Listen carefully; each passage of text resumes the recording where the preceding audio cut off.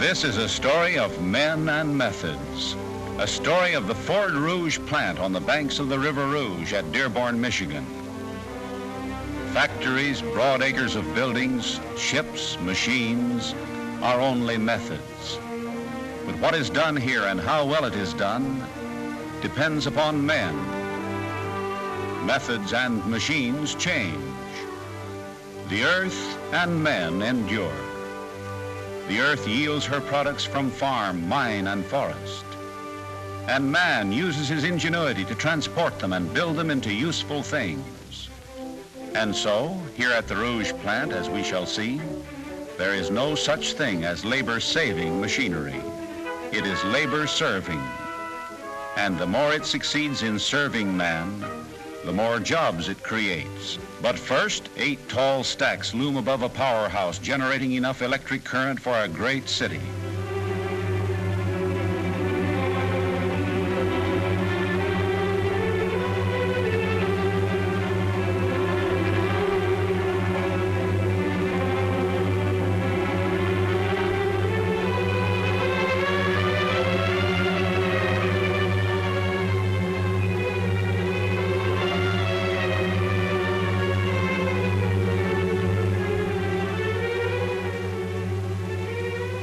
To turn the wheels and lift the loads, huge dynamos hum a song of power day and night.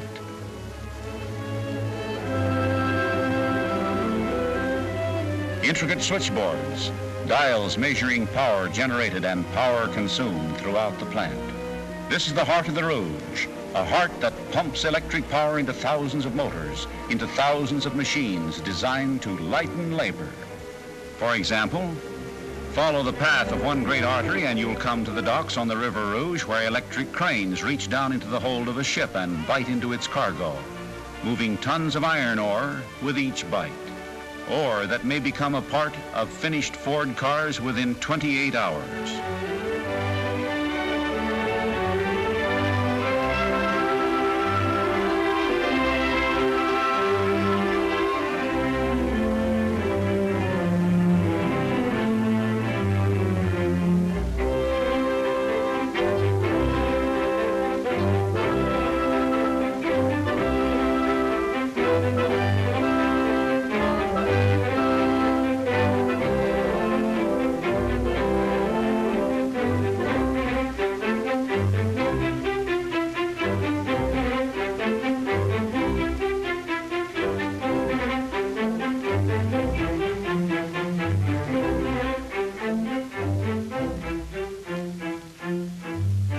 From storage bins, coal is taken to the ovens, 220 of them, where coke is made for the blast furnaces and where millions of cubic feet of gas are produced for use in the plant. Tons of water cool these flaming carloads, causing clouds of steam to puff skyward. When cooled, the coke is transported to the towering blast furnaces where iron is melted from the ore. There's one of the blast furnaces being charged with ore, with coke to burn and melt the ore, with limestone to flux the impurities in the ore. 15 tons in each charge dumped into the top of the furnace. Hours later, pure molten iron flows from the bottom of the huge structure to be directed through channels that lead to waiting ladle cars.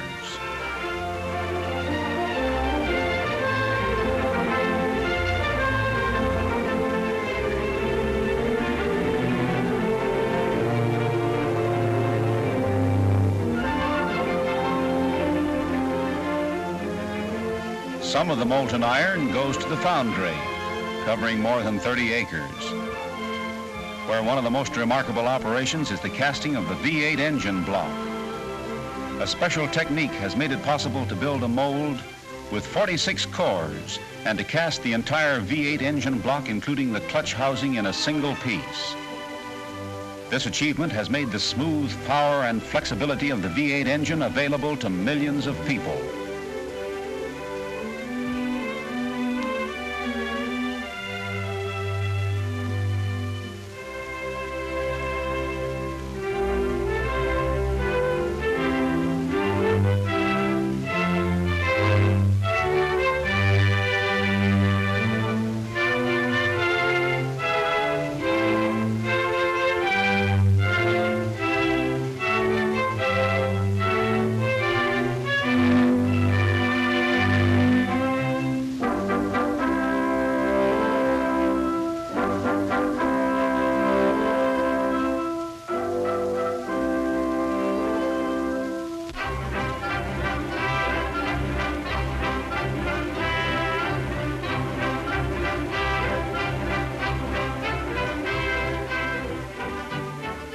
Shaken out of the molds after they have cooled, the engine block castings are first smoothed. Rough edges left from the mold are cut away.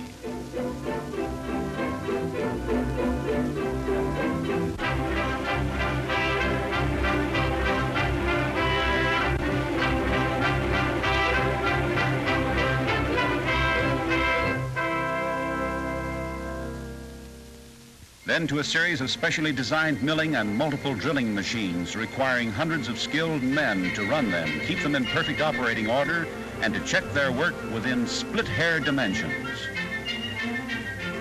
The Rouge plant is filled with the latest and most modern machines, yet it requires many more hours of work by human hands to produce each modern Ford V8 than it did to build the cars of bygone years.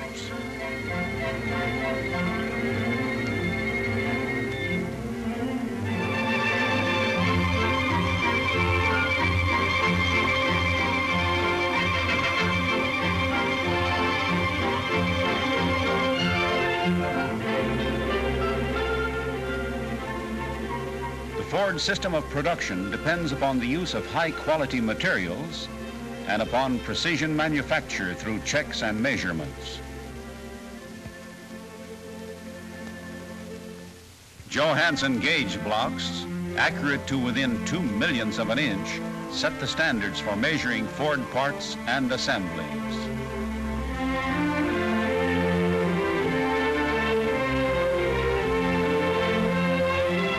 Some of the testing machines seem even to possess a mechanical intelligence that no human mind could equal. The electric camshaft tester, for instance, automatically gauges 25 surfaces on each shaft and rejects those which fall below the exacting requirements for accuracy and quality. Another division of the foundry is given over to the casting of the short, sturdy V8 alloy steel crankshafts. An electric furnace is used in the process of making this special steel, and frequent test pourings determine when the metal is ready. And here, for example, is the laboratory which does just that. Close to the electric furnaces, it is typical of the Ford system of quality control. In addition to the main plant laboratories which are housed in newly completed and enlarged quarters, more than a dozen laboratories are maintained throughout the plant, and tests are made close beside the production line they control. Liquid steel is poured into hundreds of molds every hour. A continuous procession of them moving on and cooling until the forms can be knocked away, leaving 4 crankshafts to the mold.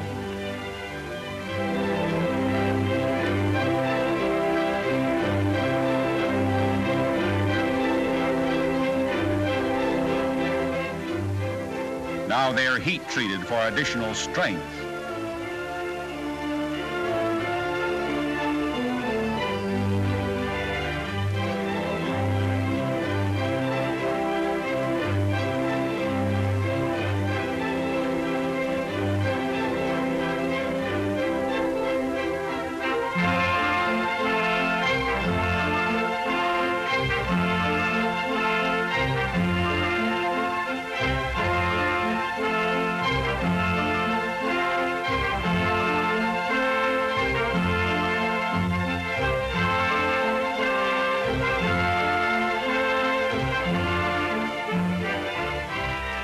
And finally machined to accurate dimensions, polished and balanced dynamically to establish the perfect balance of every Ford crankshaft in motion, just as it will operate in the engine.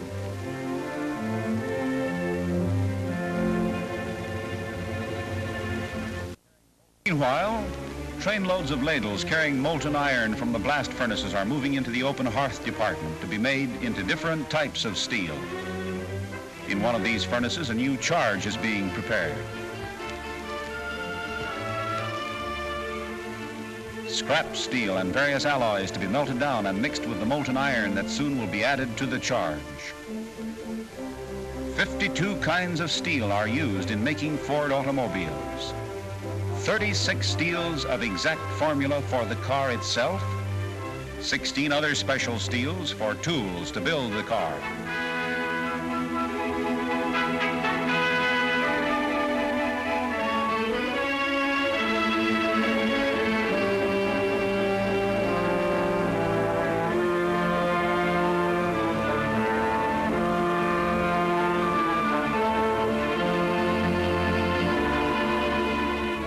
Then again, testing samples are taken.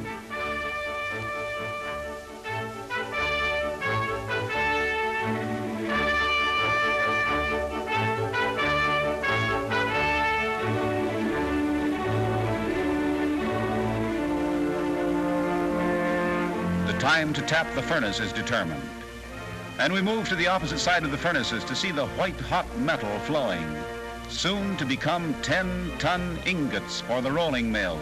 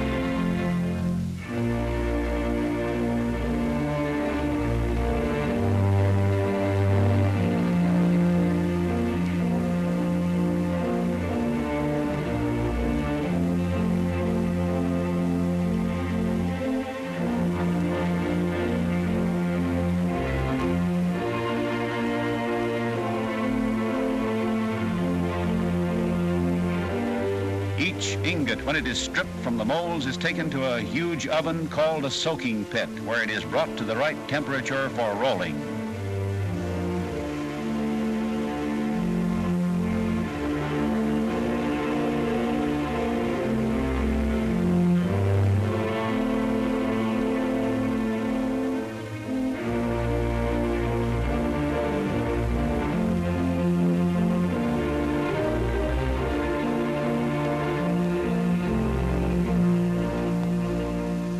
And now, with lunchtime approaching, caravans of lunch wagons move in to leave well-stocked trailers in convenient locations so that wholesome and nutritious food is close at hand. Every item on these wagons must meet a strict set of specifications set up by the Ford commissary, and prices are kept at a minimum. The men gather around and make their choice from a long list of good things. Some, of course, bringing their own food and, depending on the lunch carts, only for a hot dish, a hot drink, or perhaps a dessert. In such a tremendous plant as this, time must be scheduled to ensure steady production, and so that all do not start or finish work at the same time. Groups of men come on and go off duty with clock-like regularity.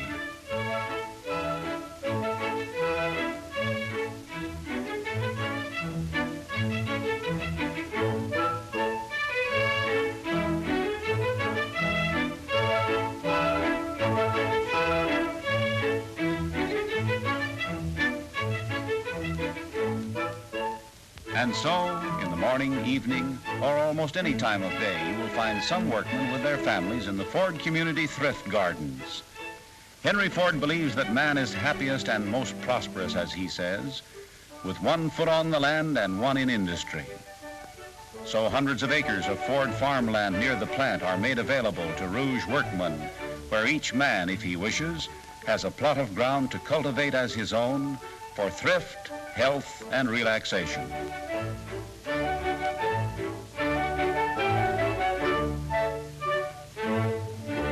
Back at the plant, we move into a long structure adjoining the open hearth furnaces where the deep rumble of the rolling mills is heard day and night. An ingot glowing with heat comes out of the soaking pit and starts its journey through the rolls.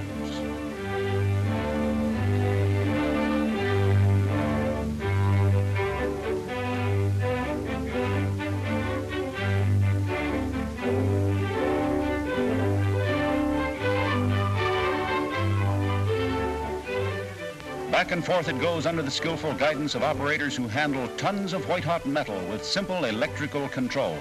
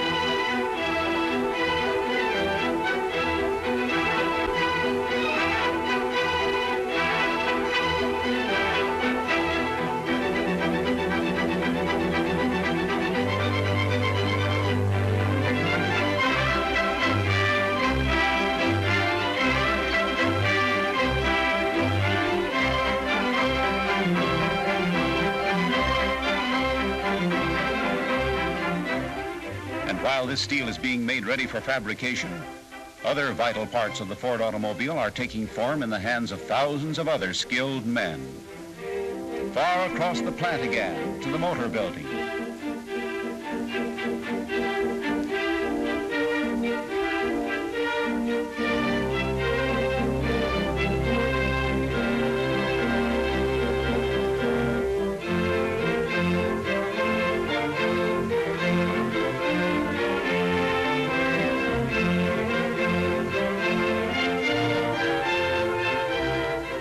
Pistons are being finished and weighed.